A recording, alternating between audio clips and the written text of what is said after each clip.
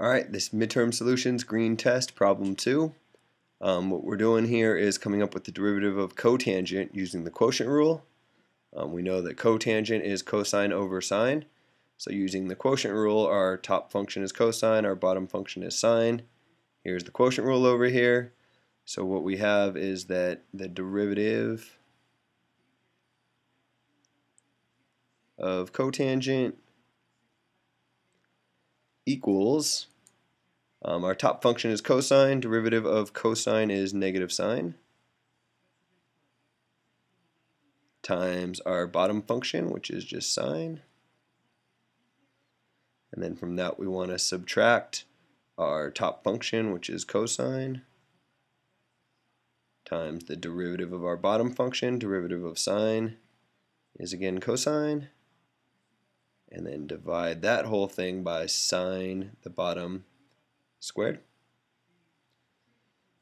And what we have up top here is sine squared, negative sine squared minus cosine squared. So you can take out a negative, and you got sine squared plus cosine squared divided by sine squared. And as we got written up here, sine squared plus cosine squared is equal to 1. So this right here is just negative 1 over sine squared. Or if you want negative, since 1 over sine is cosecant, negative cosecant squared.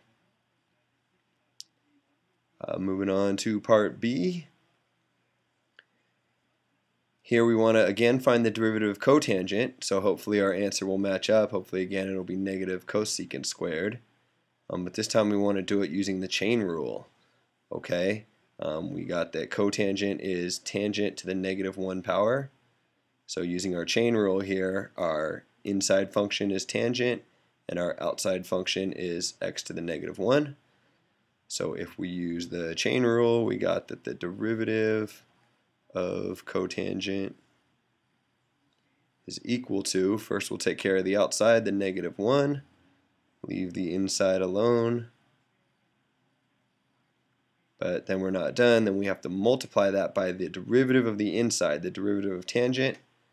Fortunately that's given to us over here as secant squared of x, which doesn't quite look like what we got.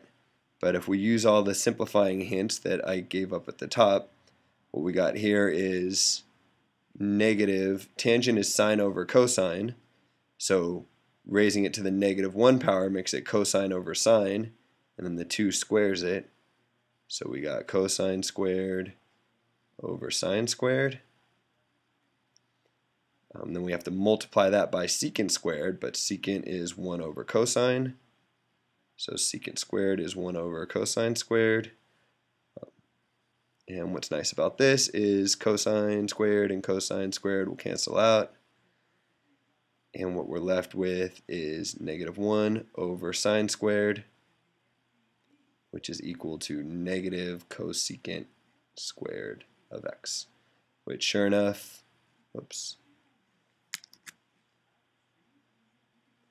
does match up with what we got up here. And that is the end of problem 2.